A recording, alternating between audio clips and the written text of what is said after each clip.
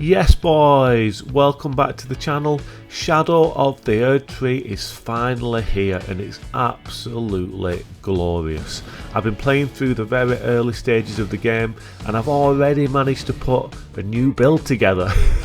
Believe it or not, I've got an early game build that is quite easy to do. Anyone can put this build together, but it really does suit the stat investment that I already had with the build that I'm using. We're using this new great hammer that we found and we're using this solitude armour. This armour is ridiculously heavy, but with the Bullgoat's talisman we're getting like 128 poise, which is insane, and it does really suit this new playstyle. I put the golden lands on this hammer. It's got a nice little hidden feature on the guard counters and it's just really fun. From the map here you can see that I've really not progressed too far. I'm just doing some invasions just to test out this new build. I couldn't help myself, only in this early stages of the map, but I think this is how I'll do it moving forward. I'll play through a little section of the map and then I'll do a few invasions just to see the lay of the land. But look at this chunky boy, he looks absolutely amazing. Let's just get into it guys and take a look at our first few invasions in the Shadow Realm. And here we go guys, the very first invasion in the new DLC for Elden Ring. It's so exciting. Life is just good guys, life is good at the minute. This is so much fun. It's so refreshing invading into these new areas. It looks absolutely stunning. I think this is such a good little cool battle arena with all these little spectral graves that are around. These little ghost grave things, I don't know what they are. I don't know what it's all about, but I'm just loving it guys. So as I said, you know, I've only progressed through the very early stages of the game and I'm only doing local invasions. I'm not going invading into the main game. I don't want to be spoiling anything for anyone who's not yet made it to the DLC. I don't want to be showing off any new armour. I don't want to show off any new weapons. People who make it to the DLC can find all this stuff when they get here, so I'm not going to go and spoil anything. I'm just doing local invasions in the area that I've already cleared. And that's, like I said, I think that's how I'm going to do it moving forward. I'll probably just play through sections of the map and then I'll go back and do a few invasions there just to test it all out and see how it all feels. And plus I just can't help myself. I've done this early stage of the game yesterday and I just had to test this new build out. Like I say, I've managed to put a new build together. This is all stuff you find really early, so anyone could really like put this build together. You get this big hammer quite early, you get this armour quite early, but it suits the stat investment that I had on this build already. It's a strength faith based hammer, so like I said, it really does suit the investment in the stats that we already had. So it just worked out absolutely perfectly. I love using great hammers. The armour really, like, you know, we had enough endurance to use it with this hammer, so it turned us into an absolutely big boy, a big old chunky boy, do you know what I mean? It was just, it worked out really well and I'm really chuffed that I managed to put this build together so early on. And I'm going to commit to using this throughout the rest of the DLC, I think. Unless I find something else that really suits Strength Faith. I love this hammer, I love using great hammers in general. And it's just nice to use a new weapon. I was planning on using some of my original weapons that I had on this build, but as soon as I found this hammer, I knew that it would be cool to kind of play through the DLC with a weapon that you find in the DLC early on, keep everything fresh, and that's the game plan going forward. And this hammer in general is absolutely awesome. It's such a new little fun weapon. It's got this really cool effect on the guard counters. When you do a guard counter, you get this golden explosion left on the floor behind you. So again, it just suits the build perfectly. You know, this build was all about doing holy damage with high strength, high faith. So it really suits what I was doing anyway on the build. It's just freshened things up. Another part of this build that I've added to it is the hefty throwing pots, guys. The big old new fire pot that you can throw. It's so much fun. It does a big chunk of damage when it lands. It's got a bigger area of effect than the cracked pots do, but it's got less range. But it's got a new animation as well. It's a bit slower, but it's really fun. You know, it's just a good little added bonus to the build. We've got golden explosions going off, and then we've got the big old fire explosion with the hefty pot. Now, if you notice this summon here, you can see now the hefty pot. You can see bigger explosion there. The summon was just out of range of it, but it did demonstrate just how big the area of effect is. And you can see the summon in this invasion as well. He was actually using the aromatics. I've not actually found any of those yet on my playthrough, so he must be a bit further on than I am. But he had these green aromatics. Looked really cool. Can't wait to find some of those and yeah, see if we can add some of those to the build as well. Just developing a new little build all the time as we're going along, guys. It's absolutely amazing. I found loads of other new weapons as well.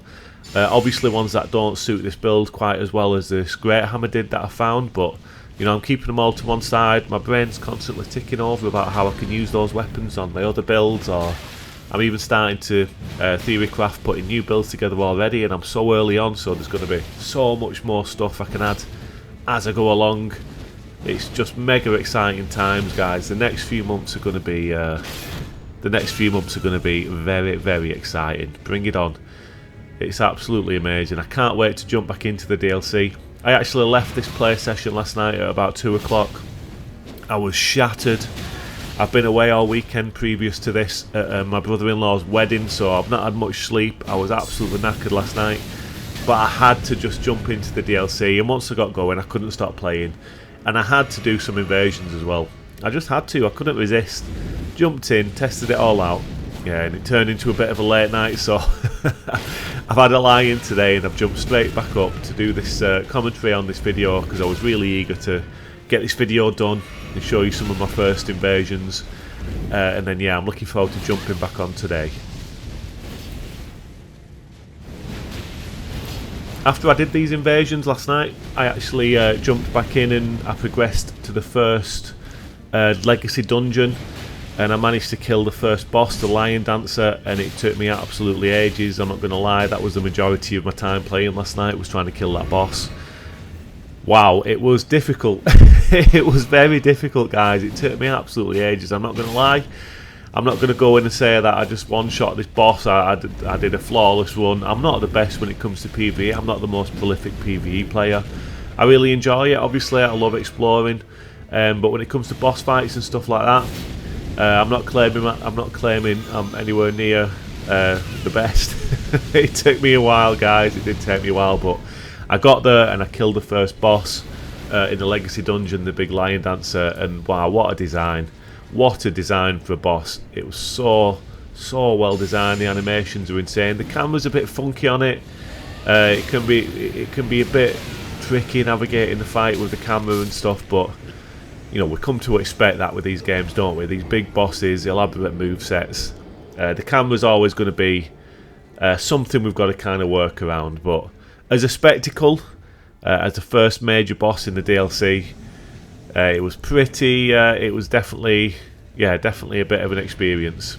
Good stuff. On this invasion, there you can see that I just tested the fire pot, the hefty throwing pot there. I didn't know the range of it at that point, so I just thought I'll do a little test, see if it could hit those guys as I spawned in, but you could see they was a bit too far away for the range, so the range on the hefty fire pot is quite a lot less than the cracked pots, so that's just something to bear in mind. But you know, the take back from that is that it's a lot more damage and it's a bigger radius of effect, so shorter range but more impactful, which is, you know, nice little trade-off. I'm sticking with the Misery Cord on this build as well in the offhand, just some quick attacks, and that's equipped with the Beast Roar, which is always good for finishing off low health players when they're on the run, as you could see with the summon in this invasion.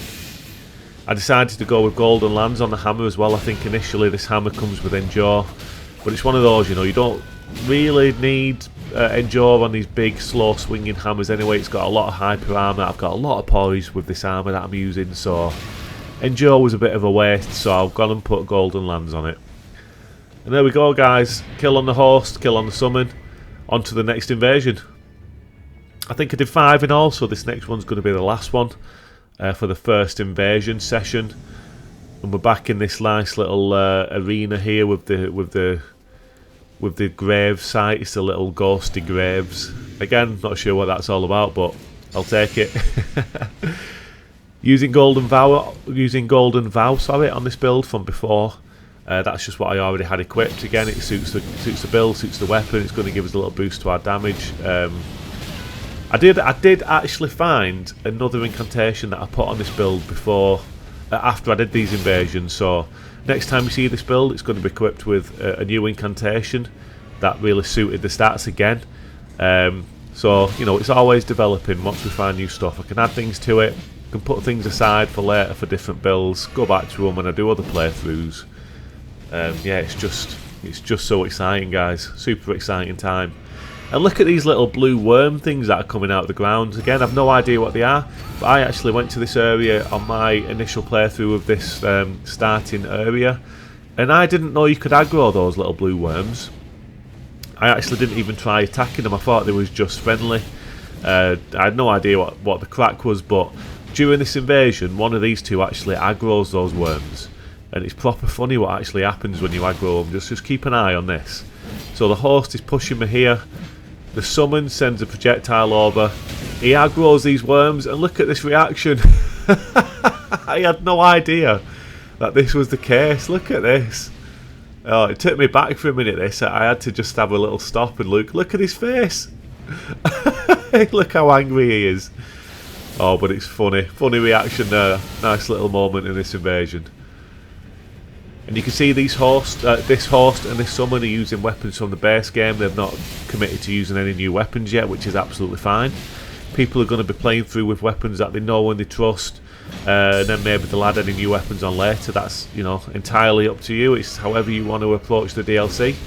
I was going to do that as well, but again, you know, I found this new weapon, this new armor, I put this build together, and it kind of all flows together really well. Early stage, early game weapons and kits, so anyone can put this build together early on, and it's very strong and a lot of fun. But that's the last invasion, guys. 5 invasions there to start with. First invasion session in the DLC. Hope you enjoyed it. Yeah, just absolutely awesome stuff. Can't wait to jump back in. That's the build we was using again there, the talismans. It was a level 200 build, high strength, high vigour. It was the first character I ever made, so I wanted to use this character for the DLC to start with. But look after yourselves, guys, and I'll see you all next time.